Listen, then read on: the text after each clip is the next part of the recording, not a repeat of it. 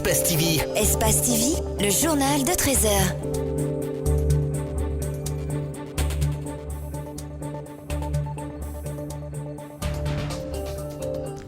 Au sommaire, déguerpissement des riverains de la décharge de Dar es Salaam, les opérations ont été suspendues ce vendredi par le ministère de la Ville. Ceci, c'est pour permettre aux habitants de quitter les lieux d'ici le lundi.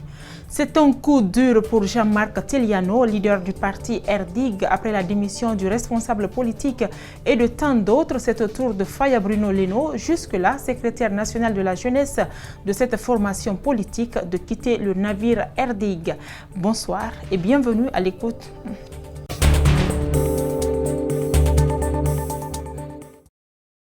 Bonsoir et bienvenue à tous. Deuxième jour de déguerpissement des riverains de la décharge publique de Dar es Salaam. De nombreuses maisons sont démolies et plusieurs familles sont pour l'heure sans abri. Ce vendredi, les opérations qui devraient toucher Dar es Salaam 1, secteur 2 ont été suspendues par le ministère de la Ville de l'aménagement du territoire. Objectif, permettre aux habitants de prendre des dispositions pour quitter les lieux d'ici le lundi. Une délégation ministérielle était annoncée sur place, mais elle n'a finalement pas fait le déplacement.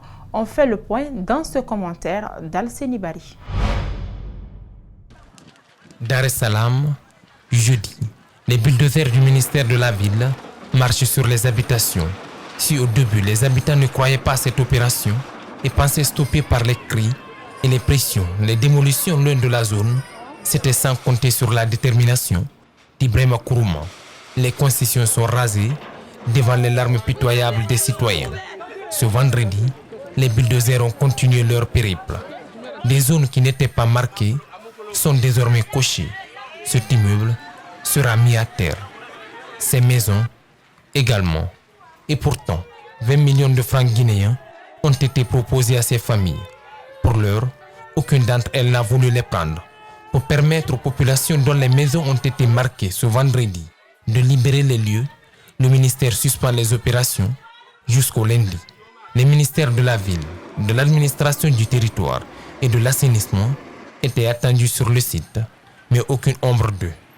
Pour l'instant, les questions qui taraudent les esprits, c'est de savoir que deviendra cette zone déguerpie et si ces citoyens pourront percevoir les 20 millions promis par le gouvernement.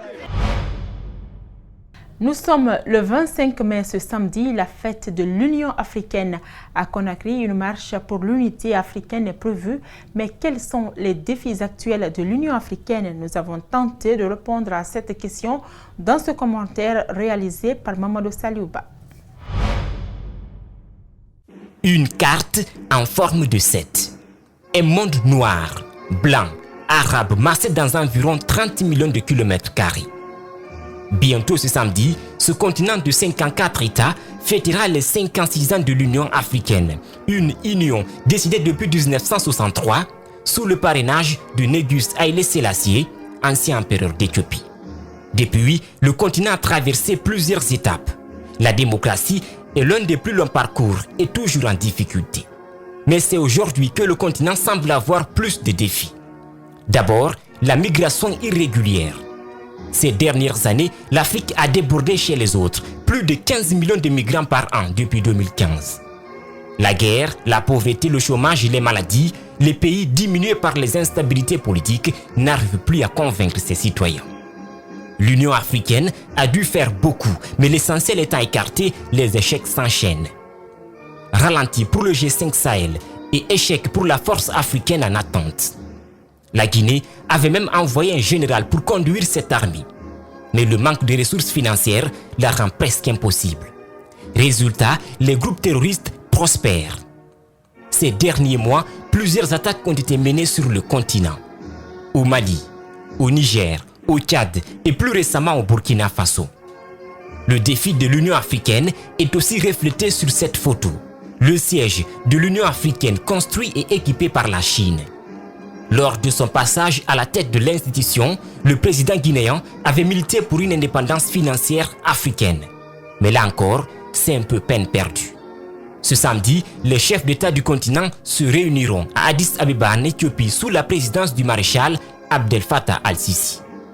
L'hymne du continent retentira, sans Bouteflika, sans Omar el-Béchir, ni Mugabe, tous chassés par la rue.